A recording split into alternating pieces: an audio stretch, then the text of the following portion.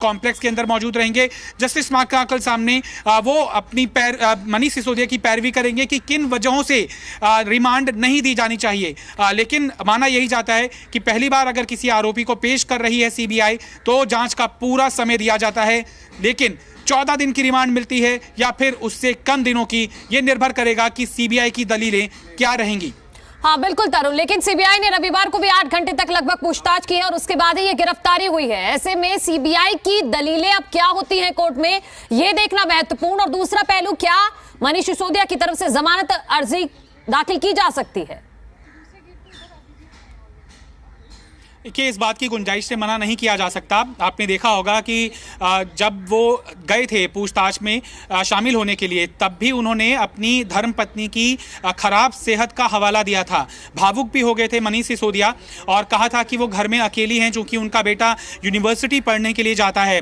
और अपने कार्यकर्ताओं से उन्होंने आह्वान किया था कि वो ध्यान रखें। ये एक बहुत इमोशनल कमेंट था, लेकिन इस बात की गुंजाइश से इनकार नहीं किया जा सकता कि पहली बार अगर बेल एप्लीकेशन मूव की जाती है बचाव पक्ष की तरफ से तो वो बहुत ज़्यादा एंटरटेन नहीं होती है। लेकिन जब ये कमेंट सामने आया था और उसके बाद पहली सुनवाई है, निर्भर करेगा कि किस तरह से लीगल ग्राउंड उन बचाव पक्ष की तरफ से अपनाया जाता है। क्या इस दलील को बाद में मनीष सिसोदिया की जब एक्सटेंडेड कस्टडी मांगेगी सीबीआई तब बताया जाएगा कि सेहत धर्मपत्नी की ठीक नहीं है, लिहाजा इस ग्राउंड के ऊपर मनीष सिसोदिया को बेल दे दी जाए। हालांकि इस संभावना से अभी भी इंकार नहीं किया जा सकता, लेकिन ये बहुत प्राथमिक सुनवाई है जिसमें इस बात को रखा जाएगा। इसकी संभावना बहुत कम लगती है, लेकिन रखा भी जा सकता है। और जिस तरीके से भावुक हुए थे मनीष सिसोदिया, तो वो ग्राउंड कितना वैलिड होता है, कोर्ट उसको कितना एक्सेप्ट करती है, ये कोर्ट के ऊपर निर्भर करता है, बचाव पक्ष की दलीलों के ऊपर निर्भर करता है। लेकिन प्रिलिमिनरी इस तरह से प्रोसीडिंग के अंदर कोर्ट इस तरह से राहत देती है, ये बहुत ज़्यादा अपेक्षित नहीं माना जाता है।